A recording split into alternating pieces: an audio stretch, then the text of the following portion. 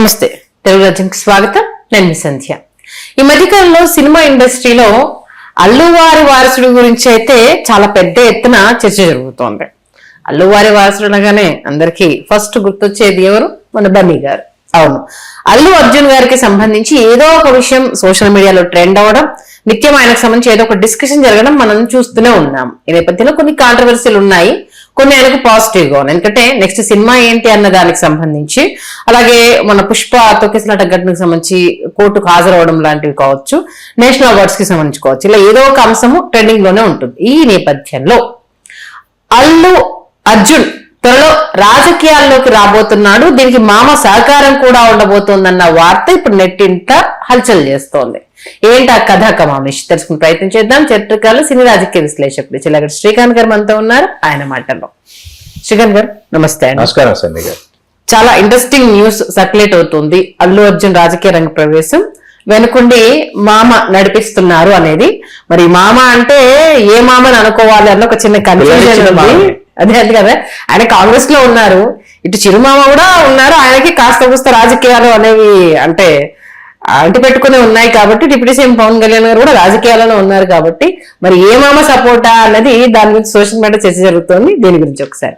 వాస్తవానికి మనకి తమిళనాడులో ఇళయ దళపతి విజయ్ గారు విజయకేతనం ఎగురవేసిన తర్వాత చాలా మందికి ఏంటంటే సరికొత్త ఆశలు చిగురించాయి.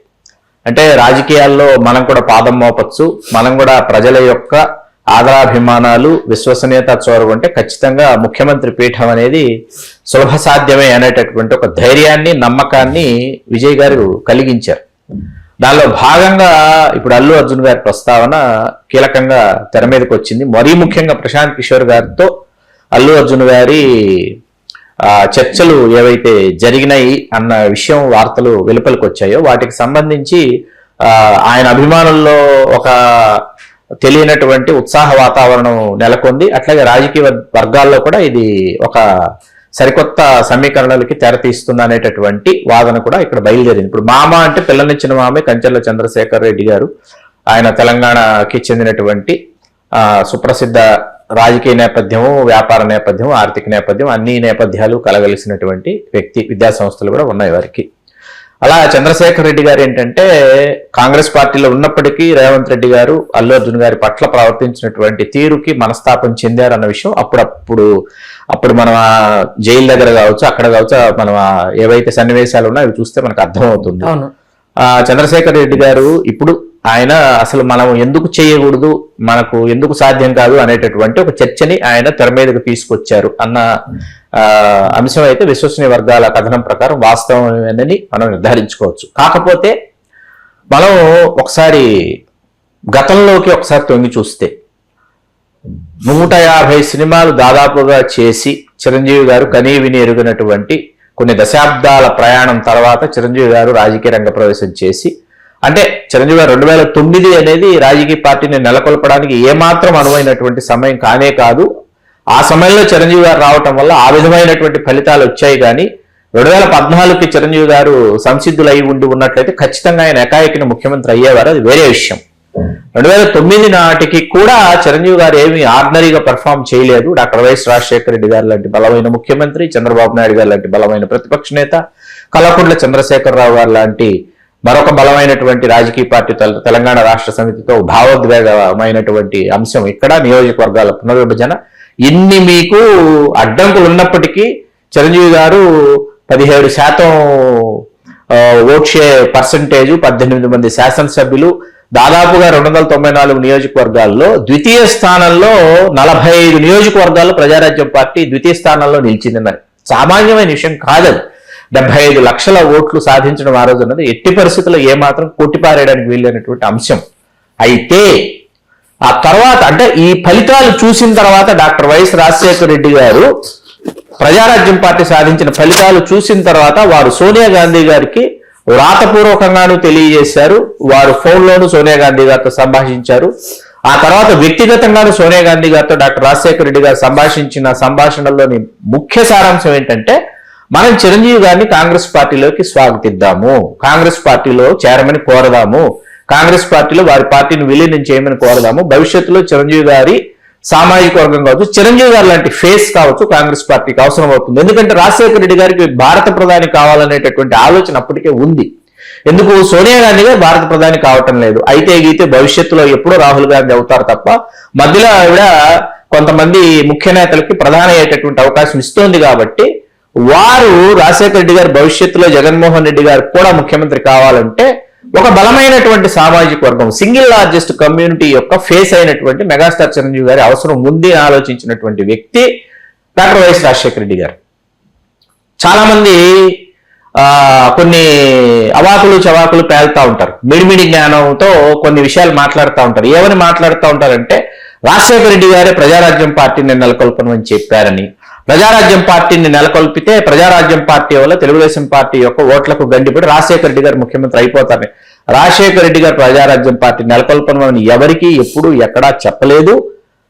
అటువంటి కథనాలు వండి వార్చే వాళ్ళు మిడిమిడి జ్ఞానంతో చేసేటటువంటి వ్యాఖ్యలే తప్ప రాజశేఖర రెడ్డి గారు ఏంటంటే ఒక మొండి ధైర్యంతో, మొండి పట్టుదలతో ముందుకు వెళ్ళిపోయేటటువంటి ఒక నాయకుడు.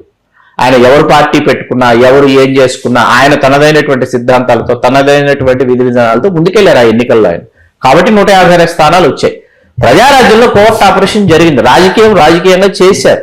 తెలుగుదేశం వాళ్ళకి వద్దనుకున్నటువంటి నాయకులందరినీ వాళ్ళు సరికొత్త నాయకులకు అవకాశం ఇవ్వాలంటే వీళ్ళందరూ ఎందుకని చెప్పేసి ప్రజారాజ్యం పంపించారు.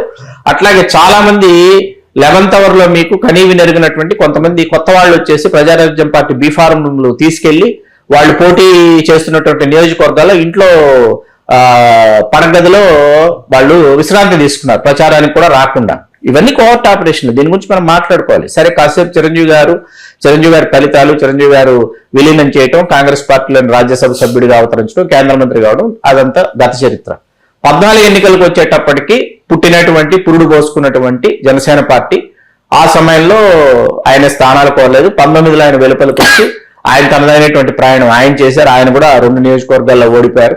24 ఎన్నికలకి బలపడ్డారు. 21 నియోజకవర్గాల్లో జనసేన ఇవాళ జయకేతనం ఎగురవేసి 2 లోక్సభ సభ్యులు ఉన్నారు, 2 శాసన మండలి సభ్యులు ఉన్నారు, 1 రాజ్యసభ సభ్యుడు ఉన్నాడు.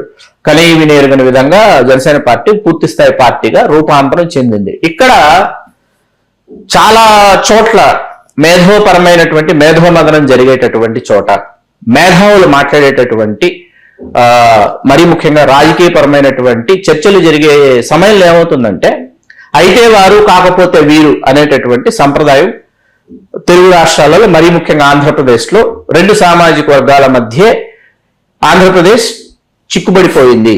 3వ ప్రత్యామ్నాయ శక్తిగా మరొక సామాజిక వర్గం, మరీ ముఖ్యంగా గతంలో ముఖ్యమంత్రి పీఠానికి కాంగ్రెస్ పార్టీలో చేరువ కాగలిగి ముఖ్యమంత్రులు కాలేకపోయిన వారి దగ్గర నుంచి మొదలు పెడితే చాలా పెద్ద జాబితా ఈ సామాజిక వర్గానికి సంబంధించి వస్తుంది. వచ్చినప్పుడు ఏమవుతుందంటే ఈ రాజకీయ పరంగా ఈ చర్చలు జరిగినప్పుడు ఏమొస్తుందంటే చిరంజీవి గారి వల్ల కాలేదు, పవన్ కళ్యాణ్ గారి వల్ల కాలేదు అంటే పవన్ కళ్యాణ్ గారి వల్ల ఎందుకు కాదు? 2029 ఎన్నికలకి రేపు వాళ్ళు 2.5 సంవత్సరాలు పవన్ కళ్యాణ్ గారు, 2.5 సంవత్సరాలు నారా లోకేష్ గారు ముఖ్యమంత్రి అనేటటువంటి ఒక ప్రకటన నారా లోకేష్ గారు చేసి 2029 ఎన్నికలకు వాళ్ళు సిద్ధమవుతున్నారు. జగన్మోహన్ రెడ్డి గారిని ఎదుర్కోవాలంటే ఖచ్చితంగా ఒక 5 సంవత్సరాల కాలం కూటమి అధికారంలో ఏంటంటే అంతో ఎంతో కొంత వ్యతిరేకత అయితే వస్తుంది, రాకుండా అయితే ఉన్నది. అందరినీ సంతృప్తుల్ని చేయటం, అందరినీ సంతృప్తి పరచడం అనేది ఎక్కడా ఎప్పుడు సాధ్యపడదు అనమాట. వ్యతిరేకత వస్తుంది. ఆ వ్యతిరేకతను ఎదుర్కోవాలంటే 2.5 సంవత్సరాలు నారా లోకేష్ గారు, 2.5 సంవత్సరాలు పవన్ కళ్యాణ్ గారు ముఖ్యమంత్రి అనేటటువంటి నినాదంతో వాళ్ళు రేపు ఎన్నికలకు వెళ్తారు. పవన్ కళ్యాణ్ గారు ముఖ్యమంత్రి అయిపోతే ఆంధ్రప్రదేశ్ కి ఈ సామాజిక వర్గానికి సంబంధించి మరొకరు ముఖ్యమంత్రి అవ్వాలా, అవుతారా, కావాలా అనేటటువంటి చర్చకి ఒక విధంగా చర్మగీతం పాడేసినట్టు అవుతుంది. అల్లు అర్జున్ గారి ఆశలు మీద నీళ్లు చల్లినట్టు అవుతుంది. ఓకే, అంటే సీఎం అభ్యర్థి అన్న అనౌన్స్మెంట్ వస్తే అల్లు అర్జున్ గారు ఒకవేళ నిజంగానే పొలిటికల్ ఎంట్రీ ఇద్దామనుకున్నా, పార్టీ పెడదామనుకున్నా ప్రయోజనం లేకుండా అయిపోతుంది. ఓకే, సమయం పడుతుంది, చాలా సమయం పడుతుంది. అంటే ఆ తర్వాత పవన్ కళ్యాణ్ గారి పెర్ఫార్మెన్స్ కావచ్చు, కూటమిలో పనితీరు కావచ్చు, లేకపోతే కూటమిలో వాళ్ళ యొక్క సమన్వయం కావచ్చు, వాళ్ళు పాటించేటటువంటి సంయమనం కావచ్చు, ఇవన్నీ కూడా ఒకదాని మీద ఒకటి ఆధారపడి ఉంటాయి. అధికారంలోకి రాలేదు కూటమి అనుకుందాం కాసేపు, 2029 ఎన్నికలు అధికారంలోకి రాలేదు, జగన్మోహన్ రెడ్డి గారు అధికారంలోకి వచ్చారు అని అనుకుంటే ఖచ్చితంగా అప్పుడు అల్లు అర్జున్ వైపు ఒక వర్గము అతని సొంత సామాజిక వర్గం కాదు, రాజకీయంగా అన్ని రాజకీయ పార్టీల్లో ఉన్నటువంటి చిరుద్యోగులు కావచ్చు, నిరుద్యోగులు కావచ్చు, ఆశావహులు కావచ్చు, కొంతమంది ముఖ్య నేతలు కావచ్చు, వాళ్ళకు తురుపు ముక్కగా అల్లు అర్జున్ కనిపిస్తాడు అప్పుడు. అంటే మీకున్న అల్లు వారి ఫ్యామిలీతో ఉన్న అనుబంధం నేపథ్యంలో అసలు అల్లు అర్జున్ గారు ఎంతవరకు రాజకీయాల వైపు వచ్చే అవకాశం ఉంది, వస్తారని అనుకోవాలి అసలు? మీరు ఇప్పుడు ఎప్పుడు గతంలో కావచ్చు, సరే ఇప్పుడైతే ముంబైలో ఉంటున్నాడు, చాలా తిరిగి లేకుండా ఉంటున్నాడు కాబట్టి గతంలో ఎప్పుడు కూడా రాజకీయపరమైనటువంటి చర్చలు ఎప్పుడు చేయలేదు. సినిమాకు సంబంధించి, సినిమా పర్సనాలిటీకి సంబంధించి, కథలకు సంబంధించి, పాత్రలకు సంబంధించి, వాటికి సంబంధించిన చర్చలే ఎక్కువగా దొరలేవు. కాబట్టి రాజకీయపరమైనటువంటి చర్చలు ఎప్పుడు జరగలేదు. పైపెచ్చి ఏంటంటే మనం ఇక్కడ మూడు అల్లు ఫ్యామిలీ నుంచి ఎవరు రాజకీయాల్లోకి ఇప్పటివరకు ఎంట్రీ ఇవ్వలేదు కదా. అంటే అల్లు రామలింగయ్య గారి సోదరుడు కుమారుడైన అల్లు వెంకట సత్యనారాయణ గారు పాలకొల్లుకు 4 పర్యాలు శాసనసభ్యుడిగా చేసిన నేపథ్యం తప్ప అల్లు అరవింద్ గారు పోటీ చేసి ఓడిపోయారు ప్రజారాజ్యంలో అనకాపల్లి లోక్సభ నియోజకవర్గం నుంచి. అంతే తప్ప ఇప్పుడు కంచెల చంద్రశేఖర్ రెడ్డి గారు క్రియాశీలక రాజకీయాల్లో ఉన్నారు. ఇవి మినహాయిస్తే అల్లు రామలింగయ్య గారు కావచ్చు, అల్లు అరవింద్ గారు కావచ్చు, మెయిన్ అంటే ఆ కుటుంబం నుంచి బ్రదర్ వాళ్ళదే అది అడగట్లా. వారి కుటుంబంలో ఎవరు ఓడిపోయినట్టు ఓన్లీ అల్లు అరవింద్ గారు పోటీ చేశారు 2009 ఎన్నికల్లో. అనకాపల్లి లోక్సభ నియోజకవర్గం నుంచి అల్లు అరవింద్ గారు అప్పుడు పోటీ చేస్తే మీకు ప్రథమ స్థానంలో సబ్బంహరి గారు కొప్పులవేమ సామాజిక వర్గం వారు ప్రథమ స్థానంలో, వారు కాంగ్రెస్ అభ్యర్థిగా వారు గెలిచారు. తెలుగుదేశం అభ్యర్థి నూకారపు సూర్యప్రకాష్ రావు గారు 2వ స్థానంలో వారు వచ్చారు. ప్రజారాజ్యం పార్టీ అభ్యర్థి ఈ సామాజిక వర్గానికి చెందిన అల్లు అరవింద్ గారు 3వ స్థానానికి పరిమితం అయ్యారు. చాలా మంది రాజకీయ విశ్లేషకులు ఆశ్చర్యపోయాం అప్పుడు. అంటే లాస్ట్ అవర్ డెసిషన్ కదా ఆయనది. అవునవును, అంటే కేవీ రావు గారు ఐఏఎస్ రిటైర్డ్, వారు చెయ్యాలి, వారు పోటీ చేస్తారని అనుకుని వారి కోసం అట్టి పెట్టినటువంటి స్థానం అది. అల్లు అరవింద్ గారు చివరి నిమిషంలో వచ్చి పోటీ చేశారు. ఏ బందర్కు వెళ్లి అరవింద్ గారు లోక్సభ నుంచి పోటీ చేసినా గెలిచుండేవారేమో అని అనిపిస్తుంది. బందర్ కూడా చివరి నిమిషంలో శ్రీరామచంద్రయ్య గారిని తీసుకొచ్చారు. 11th అవర్ డెసిషన్స్ వల్ల ఏంటంటే చాలా మీకు అస్తవ్యస్తంగా అయోమయంగా మారాయి పరిస్థితులు. రీసెంట్ కూడా ఒకసారి ఆ మధ్యకాలంలో MP Rajya Sabha race sir, MLC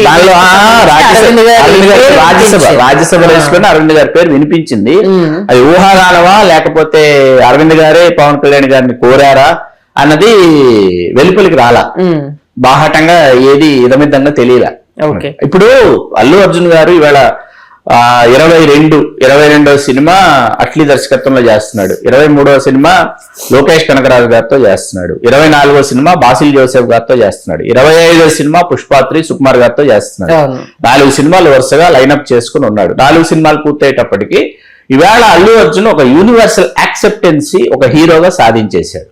universal acceptancy అది ఏ రాష్ట్రానికి వెళ్ళినా లేకపోతే ఏ దేశానికి వెళ్ళినా అంటే హూ ఈజ్ ఏఏ అంటే అల్లు అర్జున్, ఐకాన్ స్టార్ అల్లు అర్జున్ అన్న విషయం ఇవాళ ఎవరికి మనం కొత్తగా పరిచయం చేయాల్సినటువంటి పని లేదు.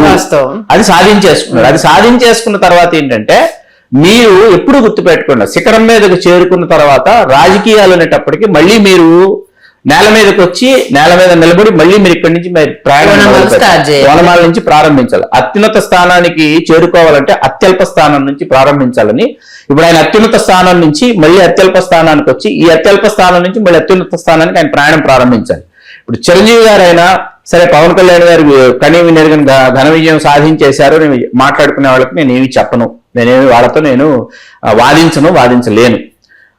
చిరంజీవి గారైనా పవన్ కళ్యాణ్ గారైనా లేకపోతే రేపు అల్లు అర్జున్ గారైనా ఏంటంటే ఎవరైనా సరే మీకు ప్రజలతో మమేకం కాకుండా, గ్రౌండ్ రియాలిటీ తెలుసుకోకుండా, గ్రౌండ్ రియాలిటీ క్షేత్రస్థాయిలో వాస్తవాలు తెలుసుకోకుండా, సామాజిక రాజకీయ ప్రాంతీయ ఆర్థిక సాంస్కృతిక సమీకరణలు తెలుసుకోకుండా, ఆ మూలాలు తెలుసుకోకుండా రాజకీయాలకి ఎవరు ఎప్పుడు ఎట్టి పరిస్థితుల్లోనూ అడుగు పెట్టకూడదు.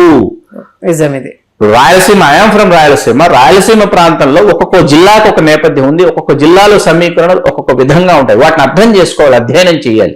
అధ్యయనం చేసిన తర్వాత ఇక్కడ ఫలానా సామాజిక వర్గం నుంచి ఫలానా అభ్యర్థిని ఇక్కడ మనం తీసుకొస్తే ఈ విధమైనటువంటి ఫలితం వస్తుందని ఆలోచించగలిగినటువంటి శక్తి మీకు వచ్చేయాలన్నమాట.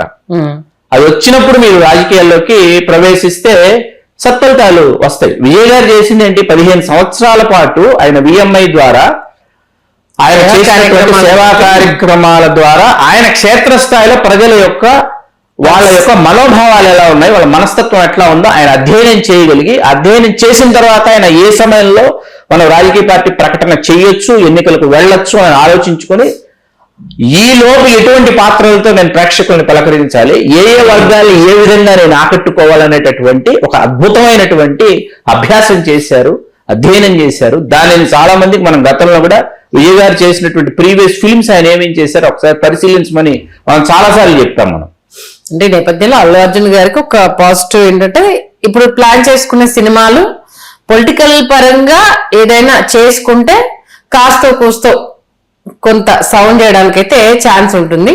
బట్ ప్రశాంత్ కిషోర్ తోటి ఊహాగానాలా నిజంగానే భేటీ అయ్యారా? అంటే నేను అనుకోవటం వారు మర్యాదపూర్వకంగా భేటీ అయ్యారా, మర్యాదపూర్వకంగా మాట్లాడుకున్నారా అన్నది దేని గురించి అయినా కావచ్చు. దీని గురించే ఖచ్చితంగా దీని గురించే అయి ఉండాల్సినటువంటి పని లేదు. 44 సంవత్సరాలు ఇప్పుడు అల్లు అర్జున్ గారికి. విజయ్ గారు ఆయన 52, 53 ఏట ఆయన క్రియాశీలక రాజకీయాల్లోకి వచ్చి విజయం సాధించారు. కావాల్సినంత సమయం ఉంది.